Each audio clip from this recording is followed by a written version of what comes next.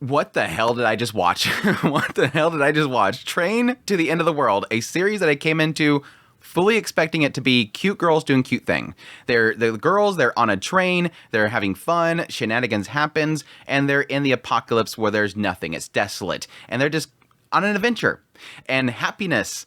But no, what I actually got was, I don't know. It just the best way I can explain it is that somebody went into a boardroom somewhere, put down a box of mushrooms, everybody started consuming them, and then started writing random things on the wall, and then somebody came in afterwards and made it an anime. They read what's on the walls, and they made it an anime. And you know what? I absolutely love it. I'm absolutely totally on board with the Train to the End of the World. This series just is intriguing the hell out of me. It's super weird, and I love it for that. There's only one issue. There's only one issue this series has so far. Whoever's writing it, is a chatterbox. They're that person in the office that just won't shut up, and they just keep going and keep going. Because these characters never shut up. And I almost feel like there's like manzai comedy routines happening every 2 seconds based on different subjects that come up. And it's kind of annoying. But besides that, I really love the show. I think it's fantastic, and I'll get into that, my reasons why, with my impressions on the first 2 episodes, so let's jump into it. Train to the End of the World opens up with this girl named Yoka, who is just arriving at a train station. The moment she arrives there, they're celebrating that she is, like, this one designated visitor of, like, I don't know, 7,777,000, something like that. Some 777 number. She immediately gets picked up by a drone, taken to the top of this building, where there's a ceremony where they're launching a 7G network. Yes, it's time to put past the old and in with the new. They have this new technology that's going to be super blazing fast, 7G, and they want her to press the button to launch it. So she presses it, and then immediately, like, the fabric of reality, like, starts to distort. Like, the buildings are warping, people are warping. She tries to stop it, she starts it again, and things are just all messed up.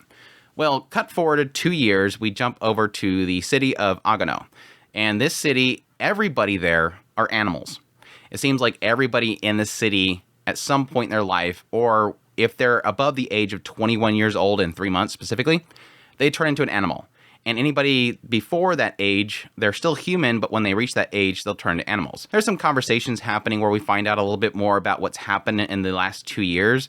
Essentially, at the incident, once the incident began, it seems like, depending on where you're at, different people, different cities, they turn to different things. Like, there's one city where everybody turned into trees. This specific city, they turned into animals. Additionally, they kind of comment on the fact that anywhere between cities and train stations has, like, the gap between them has expanded. Almost like distance itself has been extended in some way. So they've had some people leave the city to go kind of see what's going on outside, but most of them didn't return. There's like terrors outside there. Some people returned out of fear. Additionally, there's been caravans that have been set up to kind of bring resources from one city to another. But we jump and focus in on Shizuru. And Shizuru has actually a connection with Yoka, the girl that actually launched the whole 7G network thing.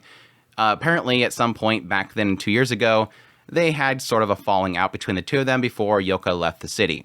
Well, at some point, Shizuru ends up running into a news article that has been published since the incident happened, and Yoka's in one of the images of the news article. So immediately Shizuru, upon finding out how to run this one train by helping this Zenjiro guy that actually isn't transformed into an animal, that seems like he's somehow connected with the people that launched the 7G network. Apparently he was trying to stop it before they brainwashed him and sent him on his way. Anyways, she finds out from him how to run the train before she jumps into it with her friends, and they go off to try to get to Ikebukuro. Along their travels, they end up running to this one guy that it claims to be a researcher that's looking into the areas between the cities and has discovered that, according to him, anywhere that's not on this Ikebukuro to Agano line, this train line, any of the outside towns and areas are just gone. And eventually they arrive at this one other city where they end up running into people that have mushrooms on their heads. And that's pretty much Train to the End of the World so far. There's some other tidbits in here, like just the relationship between the characters. Like, there's Remy, who's like the Gyaru, and there's Akira, and the two of them just keep butting heads. There's also Nadeshiko, who is sort of like the big sister of the group. She kind of keeps the other two in check. And then they have a dog with them, because you have to have a mascot character. So my thoughts on Train to the End of the World. Like I said before, I absolutely love this show. It is just super, super weird, and I'm just eating up all that. I honestly was not expecting two things about the show.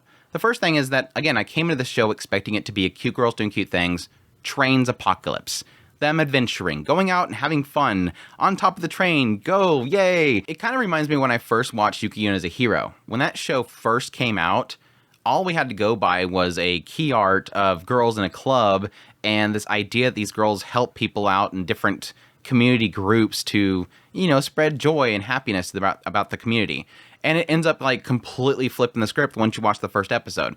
It's kind of the same thing here as where I was coming into this knowing that it was going to be about girls in the apocalypse riding around on a train, but I wasn't expecting it to be this weird and sort of having some subtle ideas of things possibly getting dark. What I was also kind of expecting coming into the show is that it wasn't going to reveal what was going on. I figured this would be, they're in the apocalypse setting, they're going on the train, but you don't know what's behind the curtain. But no, literally the first minute of this show, they literally said, this is what's behind the curtain. We're not going to keep it a secret. This is what happened, and this is what happened, and this is what the effect of it. So it's not keeping really what's happening a secret. It's the 7G launching network thing. Now, there could be a hidden secret reason why this whole thing happened, and that's sort of what Zenjiro is implying. Zenjiro is this really old man in the city that is not an animal, but then the moment that Shizuru finds his train cap, he suddenly turns into a handsome young man that was apparently brainwashed by the guys that launched the 7G network. And it implies that, yes, there's this attempt to take over Ikebukuro, and he wants to stop that. So there is seemingly still things to reveal over time. Obviously, what's the actual effect of the 7G network and what actually caused it is going to be the massive question marks there. But I'll be curious to see what that stuff is revealed. But I wasn't expecting that much to be revealed right off the bat. But I'm loving it. Now, let me get into a negative. Probably the only real kind of negative I have for this series so far, and that is, my gosh, these people don't shut up. These people do not shut up. Now, it's okay for the beginning segment because there's a lot of information to go over, and they kind of played it out as if the people of the town are kind of just talking about what has happened and how they're adapting to their new lives, which was nice because you get a little sense of what exactly happened. You're finding out about the other villages and the people turning into trees. You're getting a sense of the people of this particular town and how they turn into animals, how they're adapting their new lives. It's getting into how some people sort of like the new world because all the responsibilities of the previous life are gone. So they don't have to worry about things like insurance and all this other stuff. They get just worried about their new lives. And yes, there's that sense that some people might want to change back and go back to old society, be human again, or not liking the fact they're animals. Some animals becoming more feral, like a bear guy suddenly seeing Nadeshiko's legs and having a nice craving for meat. Nadeshiko's thighs makes him get really hungry. And yes, even Shizuru later on mentioned the idea that, what if it gets worse? What if people become more feral more adapt to their animal selves? For now, they all keep their humanity and their thought process of a human, but what if it gets worse? Those questions are already kind of coming up, and so a lot of that conversation they're having and the bickering and the nonstop talking is information I'm liking, and they kind of present in a way that it's just people casually talking. So it doesn't feel like information dump, but at the same time, it's a lot of talking. Now, the talking that I don't really care much for, I don't know, it almost feels as if somebody that wrote the script and the conversation, the dialogue with the characters, feels like they're a Manzai comedian fan or something like that. Like Manzai being like a Japanese style of comedy where you have like two individuals that are constantly kind of bickering back and forth with each other. It's like every time that something's brought up, it becomes a Manzai comedy routine. So they'll say, hey, Shizuru, did you bring any food? Yeah, it's in my bag. And then suddenly there's a comedy routine about food in the bag. And it feels almost forced. Like it almost feels like the writer feels like they have to fill in the entirety of the runtime of each episode with constant dialogue, which I would like if the comedy hit, but it's not really hitting. It's just bickering for the most part. And yes, a lot of it is Akira and Remi's just constantly at each other. Like they just constantly get on each other's nerves. And it's kind of gotten old by this point. I'm hoping that that's done. I doubt it. I'm hoping that that's done and we can kind of focus on things going forward into 3 and onward because I've only watched 2 episodes.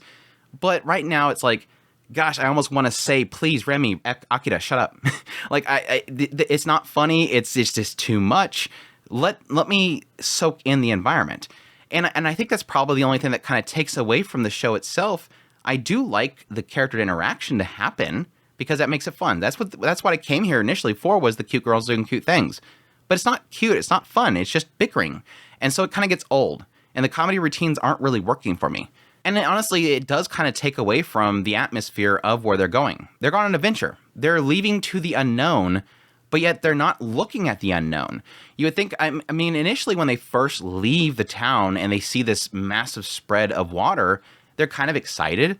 But all too quickly, they immediately forget about everything around them and suddenly bicker. And it's kind of like, but you should be thinking about the adventure. You should be looking at out in the horizon. You should be wondering where you're going. You should be looking at everything. And they do technically go into the idea of how bored they are and they want to get their destination, and they're getting agitated. So that could technically be where a lot of that comes from. But at the same time, just stop. Just stop talking. But that aside, that's literally the only thing I have a complaint about. Outside of that, I love the world building so far. I love the mystery of, even if they have revealed pretty much everything and showed behind the curtain, just seeing the world and this crazy creation that these people have come up with. Well, I said before, is jokingly, is like a mushroom trip. It's fascinating still because it's still cohesive. There's a lot of shows that will get artsy fartsy and very over the top. Again, pretty much like somebody had some sort of drug hallucination and they just made it into an anime. But this one still feels cohesive. Despite the fact that, yes, there's people as animals and trees and mushroom heads, it all still has kind of a cohesion, and a lot of that has to do with around this rail system going between the areas. So I'll be very curious to see how their creativeness kind of plays out as the characters travel to each location. What sort of twist does each location have? Is it simply that, okay, here everybody's giraffes, and then here everybody's phone booths, and then here, or is it going to have some sort of twist or possibly get into how each of these different towns establish a new society? The only thing that's still kind of connecting them is very short distant communication, and yes, these caravans that come through each location. Additionally, visually and everything, I like the style. There's some points where the character designs themselves look a little bit off, but for the most part, I actually do like the character designs and the style of the show itself. Not really resorting to much CGI, except for maybe the train itself. Like sometimes they'll have first person perspective going through the train or outside with the train moving around. But it all looks good. It all kind of blends into the style of the show itself well enough that it doesn't stick out and bother me. And like I said before, I really like the character designs. I think they look very unique. Yes, very moe-ish, but very cute. The sound and everything's great. I'm very mixed on the music because I've found it sometimes, especially like during the whole kind of, again, comedy routine between the characters bickering, they'll have like very kind of intense music playing in the background, and it doesn't really fit the scene itself. So I'm very mixed on the music overall, but it doesn't distract too much because I think even with that case, the music's very low. It's very subtle, but overall, style-wise, visually, audio, everything, I think it's just really nailing the aesthetic, and it's creating a very interesting world that I want to see more of. I'm getting that feel of adventure along with the characters going into this kind of question mark of a new reality. I will admit that despite the fact that I have my issues with the comedy routines, I think there's a lot of moments throughout the show that I do think are very kind of on point with the punchlines. I mean, I got a huge kick out of the bear that suddenly starts drooling when he sees Nadeshiko's thighs and goes after her for meat. And he just kind of leaps out there, and then suddenly Shizuru shows up and just drop kicks him. It was really hilarious. And then even later on with Zinjiro and how she kind of just plops the hat on top of his head, and he just kind of shoots up and immediately goes into this massive long like rant about obviously something that he's been wanting to talk about for 2 years. This guy showed up 2 years ago and he's been doing nothing but running around saying choo-choo while he's hunched over, and then suddenly the moment he gets the cap on his head, he changes back to normal and he just wants to say what he's been wanting to say for the last 2 years. And the entire time Shizuru is sitting there going, what the hell just happened? It was really funny. So it does have like these moments where the comedy just kind of hits. It's very much so kind of jumps out at you and just nails it. But yeah, with all that said, my main point here, I'm loving it. I think, again, style's great. The setting's fantastic. It's super weird, and I love it for that. Despite being super weird and chaotic, it all kind of still has a thorough line that goes through it that keeps it all together. I have my issues with the dialogue and some of the character interactions, but I'm hoping that stuff kind of fixes over time and it kind of starts focusing in on each location they go to and provides a really interesting story. Definitely probably the first original series in a while that I've been just completely invested in and I want to see more of. Again, wasn't what I was expecting. Again, I was expecting just a simple cute girls doing cute things, and this completely subverted my expectations. So I'm excited to see where it goes from here. But that's my thoughts on Train to the End of the World. Hope you guys enjoyed this video. As always, if you did, make sure that like button down below. Comment. Let me know what you think of the series so far. If you're going to be checking it out. Additionally, if you're new to the channel, make sure to hit that subscribe button to get all my content. I do news, reviews, first impressions, top lists if it's anime, it's premature. Additionally, if you like this content, you want to support the channel more, I have Patreon link, tips, links, who thanks, membership button down below. Greatly appreciate it, but it does. Y'all take care.